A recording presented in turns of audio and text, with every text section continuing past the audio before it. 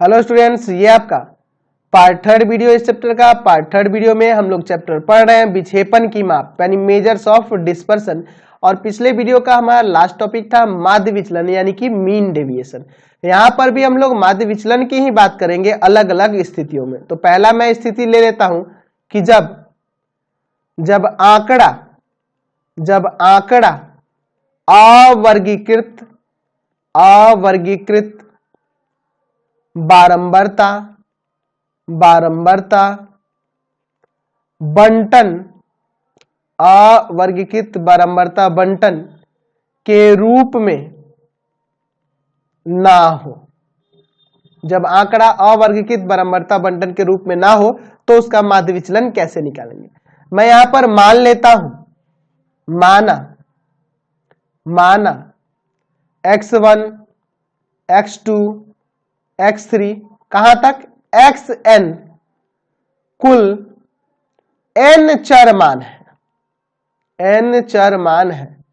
तो मुझे इसका क्या निकालना है, माध्य विचलन निकालना है। तो मैं पहला स्थिति जो है जब आंकड़ा जो है अवर्गीकृत बारंबारता बंटन के रूप में ना हो उसकी बात कर रहा हूं। यानी कि कहने का मतलब एक सरल बंटन दिया हो, सरल आंकड़ा दिया हो पंक्ति के रूप में, इस तरह से। ठीक है, रॉ डाटा हमारे पास एक दिया हो, तब मैं यहां फॉर्मूला बताने जा रहा हूं। तो पहले मैं बात करूंगा माध्य विचलन की, माध्य के सापेक्ष। माध्य विचलन किसके सापेक्ष, माध्य के सापेक्ष। तो मैंने आपको पिछले वीडियो में भी यह बता दिया था सूत्र। चलिए, तो यहां पे माध्य विचलन की बात करूंगा तो उसे मैं कैसे दर्शाऊंगा, sigma i equal to 1 to n x I minus माध्य। ये क्या है, आपका माध्य है। इसका मोड में देकर और बटा में क्या कर दूंगा, n, यानी कि कुल बारंबारता यानी कहने का मतलब चर मानों की संख्या जो है उसे मैं भाग कर दूंगा तो मेरा माध्य विचलन निकल के आ जाएगा। इसे हम लोग ऐसे भी दिखा सकते हैं, sigma i equal to 1 to n di का मॉडुलस और बटा में n। यहां पे di क्या है, तो di का मतलब है xi माइनस का माध्य। यानी कहने का मतलब di का मतलब क्या है, डेविएशन है। चरों का या पदों का जो डेविएशन हो रहा है ना, उसी के हम लोग बात करते हैं। ये जो चर मान दिए गए इन्हीं का ये डेविएशन है। डेविएशन निकालने के लिए मैंने आपको बताया था कि प्रत्येक चर मान में से मुझे क्या करना होगा, माध्य को घटा देना होगा।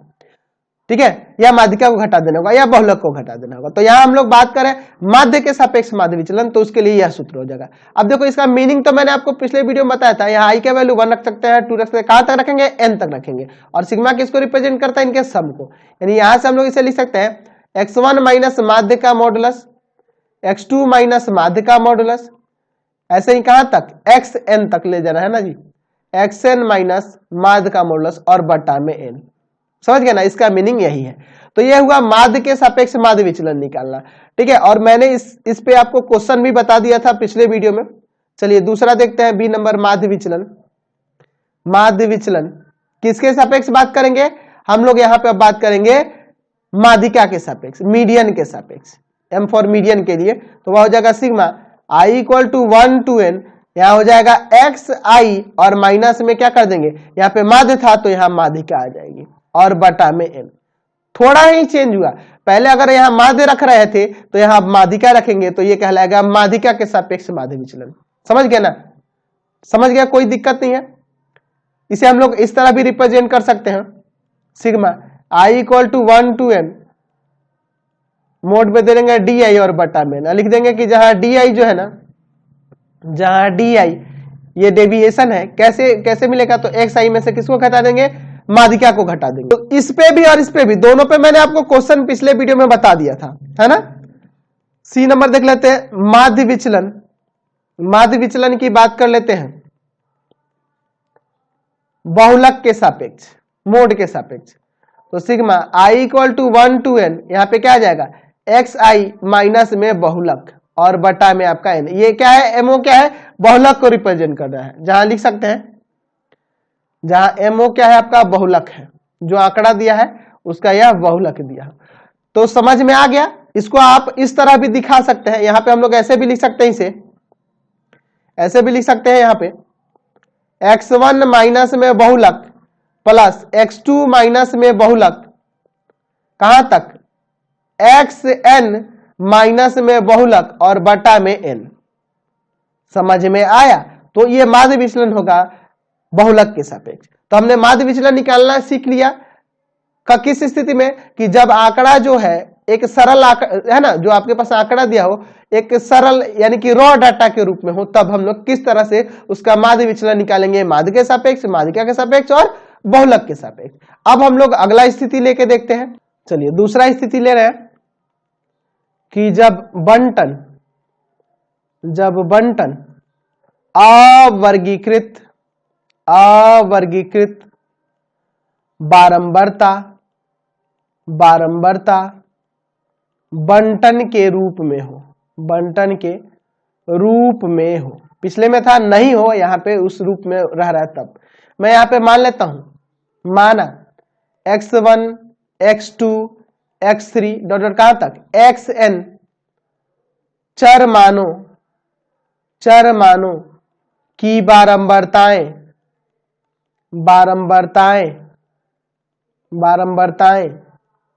क्रमशः f1 f2 f3 dot dot dot कहां तक, fn है। ठीक है, हम लोग यहाँ पे क्या मान लिए कि हमारे xn तक ये चार मान है। x1 की बारंबारता यानी x1 जो है f1 टाइम्स है, x2 जो है f2 टाइम्स है, x3 जो है f3 टाइम्स है और xn जो है fn टाइम्स है। ठीक है, तो मैं इसका माध्य विचलन कैसे ज्ञात करूंगा उसके बारे में यहां पर हम लोग बात करेंगे। तो यहां पे अगर मुझे माध्य विचलन निकालना होगा, माध्य के सापेक्ष, है ना, मीन डेविएशन निकालना होगा। इसे शॉर्ट में m डॉट डी यानी मीन डेविएशन ऐसे भी सूचित कर सकते हैं, या फिर हम लोग ऐसे भी लिख सकते हैं डेल्टा और यहां पे दे देंगे माध्य। तो मुझे क्या करना होगा इसमें, तो यहां के लिए सूत्र आ जाएगा आपका। मुझे क्या करना होगा, तो हम लोग यहां पर लिखेंगे sigma i equal to 1 to n F I into में एक्स आई माइनस का माध्य और बटा में sigma i equal to 1 to n F I. इसे हम लोग ऐसे भी दर्शा सकते हैं। हम लोग क्या कर सकते हैं, तो एक्स आई माइनस माध्य जो कर रहे हैं हम लोग लिखेंगे 1 रखेंगे तो क्या हो जाएगा, x1 माइनस माध्य और इंटू में आप एफ आई यानी 1 रखेंगे तो f1 हो जाएगा। यहां 2 रखोगे तो हो जाएगा f2 मोड के अंदर x2 माइनस माध्य, ये डॉट डॉट कहां तक चला जाएगा, fn xn माइनस माध्य और बटा में देखो 1 2 3 4 कहां तक n तक रखना है, तो यहां हो जाएगा f1 plus f2 plus dot dot dot कहां तक, fn तक। कहने का मतलब क्या है कि मुझे क्या करना होगा कि जो चर मान होंगे ना, उन चर मानों में से माध्य को घटाकर हम विचलन प्राप्त कर लेंगे और उन विचलनों में हमें क्या करना होगा, उनके संगत बारंबारताओं से, उस पद के संगत बारंबारताओं से, उस चर मानों के संगत बारंबारताओं से गुना करके हम लोग क्या करेंगे, उसका माध्य निकाल लेंगे। यानी हमने क्या किया, कुल बारंबारता से भाग कर दिया तो हमारा उसका माध्य निकल गया, वही आपका क्या कहलाएगा, माध्य विचलन कहलाएगा। तो यह फॉर्मूला जो देख रहे हैं, हमें करना क्या होगा कि जो चर मान दिए होंगे उसमें से हमें किसको घटा देना होगा, माध्य को घटाना होगा और उसका धनात्मक मानों में, उसके धनात्मक मानों में मोड़ देने का मतलब ही ना है, हमें उन चर मानों के क्या करना होगा, बारंबारताओं से गुना करना होगा और उन सबको जोड़कर मुझे कुल बारंबारता से भाग दे देना होगा, तो माध्य विचलन निकल आएगा माध्य के सापेक्ष। अगर मुझे माध्य विचलन निकालना हो माध्यिका के सापेक्ष, तो कुछ नहीं, जहां यहां ये माध्य हो रहा है ना, यहीं पे बस आपकी माध्यिका आ जाएगी। समझ गए ना बात को, sigma i equal to 1 to n F I X I minus का क्या हो जाएगा, माध्यिका और बटा में sigma i equal to 1 to n F आई।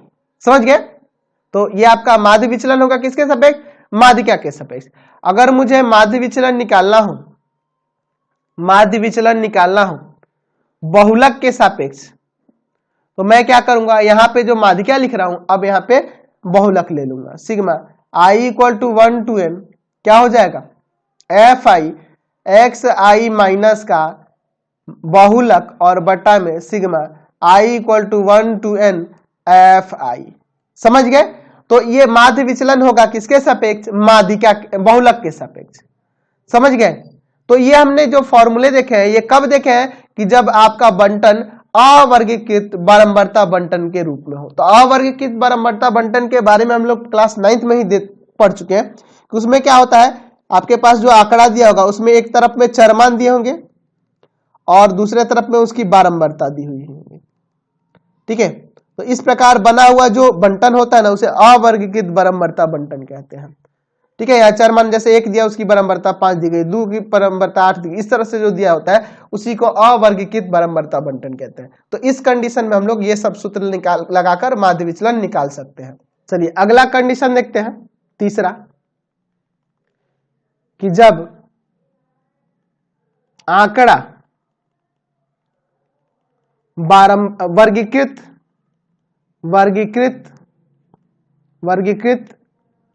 बारंबारता बंटन के रूप में हो। तो वर्गीकृत बारंबारता बंटन आप लोग जानते हैं, यानी वहां पे आपका वर्ग अंतराल दिया होगा और उसकी संगत बारंबारताएं दी गई होंगी। तो वर्गीकृत बारंबारता बंटन कब किया जाता है, जब आंकड़ा बहुत बड़ा हो, तब उस कंडीशन में हम लोग वर्गीकृत बारंबारता बंटन का प्रयोग करते हैं। तो हमने पढ़ा हुआ है, आपने देखा होगा क्लास 8-9 में, वहां पे होता था वर्ग अंतराल होता था, है ना, वर्ग अंतराल, और फिर उसकी यहाँ पे बारंबारता दी होती है।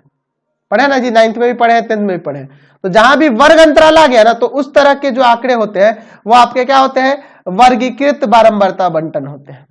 ठीक है, तो जब आपका आंकड़ा वर्गीकृत बारंबारता बंटन के रूप में होगा तो कैसे उसका हम लोग मानक विचलन निकालेंगे, उसकी बात हम लोग यहाँ पे करने वाले हैं। तो पहले हम लोग निकालते हैं माध्य के सापेक्ष माध्य विचलन। माध्य विचलन की बात करते हैं, माध्य विचलन की बात करते हैं माध्य के सापेक्ष, माध्य के सापेक्ष। तो उसके लिए सूत्र क्या हो जाएगा, sigma I equal to 1 to n F I X I minus का माध्य और बटा में sigma I equal to 1 to n F I. अब यहां पे देखो ये सब है क्या, एफ आई क्या है, एक्स आई माइनस माध्य क्या है। तो देखो यहां पे लिख सकते हैं कि जहां एक्स आई का मतलब है वर्ग चिन्ह, क्या है, वर्ग चिन्ह। अब वर्ग चिन्ह कैसे निकाला जाता है, तो हम लोग पढ़े हुए हैं कि किसी वर्ग का वर्ग चिन्ह, किसी वर्ग का वर्ग चिन्ह जो होता है उसके निम्न सीमा, उस वर्ग के निम्न सीमा प्लस उच्च सीमा में 2 से भाग कर देने से, दोनों के योग से 2 से भाग कर देंगे, यानी कि निम्न सीमा और उच्च सीमा के बीच का जो मान होगा वही आपका वर्ग चिन्ह होता है, और उसे हम लोग एक्स आई से सूचित करते हैं। यह हम लोग क्लास 9th में भी पढ़े हुए हैं। ठीक है, तो यहाँ एक्स आई क्या है, आपका वर्ग चिन्ह है। और वर्ग चिन्ह कैसे निकालेंगे, तो जो आपके पास वर्ग अंतराल दिया होगा ना, उन वर्ग अंतरालों में क्या करेंगे, प्रत्येक वर्ग, जैसे मान लो वर्ग अंतराल 0 से 10 है, 10 से 20 है, तो इसका वर्ग चिन्ह यानी कि एक्स आई की बात करते हैं तो इसके बीच का मान, निम्न सीमा और उस सीमा को जोड़ोगे और 2 से भाग करोगे तो 5 आएगा, बीचों बीच 5 ना है, इसके बीच का मान 15। समझ गए ना, अगर 20 से 30 है तो उसका बीच का मान यहाँ पे क्या हो जाएगा, 25 हो जाएगा। समझ गया वर्ग चिन्ह कैसे निकालना। तो एक्स आई क्या है, वर्ग चिन्ह है, और यहाँ पे एक्स के ऊपर बार क्या है, आपका माध्य है, क्या है, माध्य। तो माध्य निकालना हम लोग क्लास 10th में सीखे हैं, यानी कि वर्ग चिन्ह में से माध्य को घटाएंगे और उनके धनात्मक मान, यानी कहने का मतलब विचलनों का धनात्मक मान लेकर एफ आई क्या है, तो एफ आई यहाँ पे बारंबारता है। ठीक है, एफ आई क्या है, बारंबारता दी हुई है, और यहाँ सिग्मा लग जाने से सभी बारंबारताओं का योग, इसका मतलब क्या है, सभी बारंबारताओं का योग। तो पिछला जो सूत्र था सेम उसी तरह का ही है, ये सेम ही सूत्र है, लेकिन वहां पे ये एक्स आई आपके चर मान थे और यहां पर क्या है, ये वर्ग चिन्ह है। दोनों में बस यही फर्क है, आपको ध्यान रखना होगा, दोनों में यही अंतर है।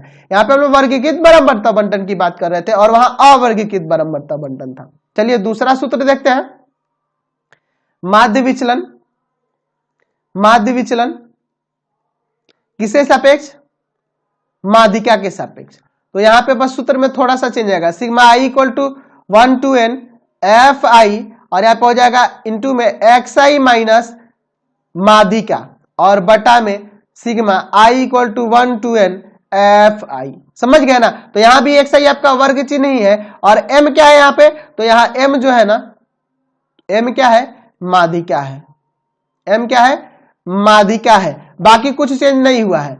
आपका एफ आई जो है आपका बारंबारता है, एक्स आई क्या है आपका वर्ग चिन्ह है, उसमें कोई चेंज नहीं हुआ है, बस माध्य की जगह यहां पे माध्यिका आ गई है।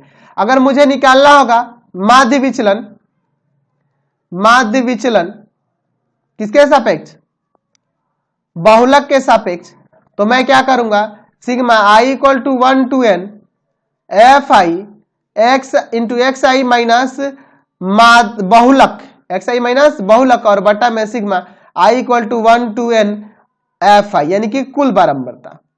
यहां पे लिख सकता है कि जहां एमओ क्या है, बहुलक है। एमओ किसको निरूपित कर रहा है, बहुलक को निरूपित करता है। ये तो ये क्या कहलाएगा, बहुलक के सापेक्ष माध्य विचलन। तो क्लियर हो गया। इस फॉर्मूले का भी प्रयोग हम लोग क्या करेंगे जब वर्गीकृत, आप कहोगे कि पिछला फॉर्मूला इसमें फर्क है, तो फर्क यही है भाई कि वहां एक्स आई आपके चर मान थे, यहाँ पे वर्ग चिन्ह है, और वर्ग चिन्ह निकालने के लिए मैंने बता रखा है कि आपको वर्ग अंतराल के प्रत्येक वर्ग के बीच का मान लेना होता है, निम्न सीमा प्लस उच्च सीमा बटा 2। हम लोग ये सारी चीजें, वर्ग चिन्ह निकालना, वर्ग ऊंचाई, है ना, प्रत्यक्ष विधि माध्य निकालने के लिए, काल्पित माध्य विधि, पग विचलन विधि, इन सब के बारे में हम लोग क्लास 10 में पढ़े हुए हैं। तो अगर कोई दिक्कत होगी तो आप क्लास 10 का सांख्यिकी चैप्टर जाके जरूर पढ़ लेंगे, वहां पे भी मैंने सांख्यिकी चैप्टर आपको पढ़ाया हुआ है। तो क्लास 10 का सांख्यिकी चैप्टर पढ़ लेंगे तो आप माध्य निकालना अच्छी तरह से, माध्यिका निकालना और बहुलक निकालना, तीनों को अच्छी तरह से सीख लेंगे। अगर किसी को दिक्कत होगी तब, वैसे तो मुझे नहीं लगता है कि किसी बच्चे को दिक्कत होने वाली है, सबका कंसेप्ट पहले से ही क्लियर है, माध्य माध्यिका बहुलक के सापेक्ष, है ना, माध्य माध्यिका बहुलक निकालना हम लोग पहले से ही जानते हैं। तो ये आपके सारे टॉपिक खत्म हो गए। अब हम लोग एक्सरसाइज के क्वेश्चन को नेक्स्ट वीडियो में आसानी से बना सकते हैं। एक्चुअल में हमारे 3 चैनल होंगे, तीनों को आप सब्सक्राइब कर लेंगे। पहला है आपका path finder classes Chhapra, classes Chhapra. दूसरा है आपका भारती भवन रविकांत सर, रविकांत सर। और तीसरा चैनल है रविकांत सर के नाम से। तीनों चैनल को सब्सक्राइब करेंगे और इससे रिलेटेड वीडियो के लिए सीधे डिस्क्रिप्शन में जाएंगे, और इससे संबंधित नोट्स के लिए आप गूगल पे जाके सर्च करेंगे www.ravikantsar.in। यहां पर जाकर आप सभी क्लासेस के नोट्स और उनके पीडीएफ को डाउनलोड कर सकते हैं और पढ़ भी सकते हैं।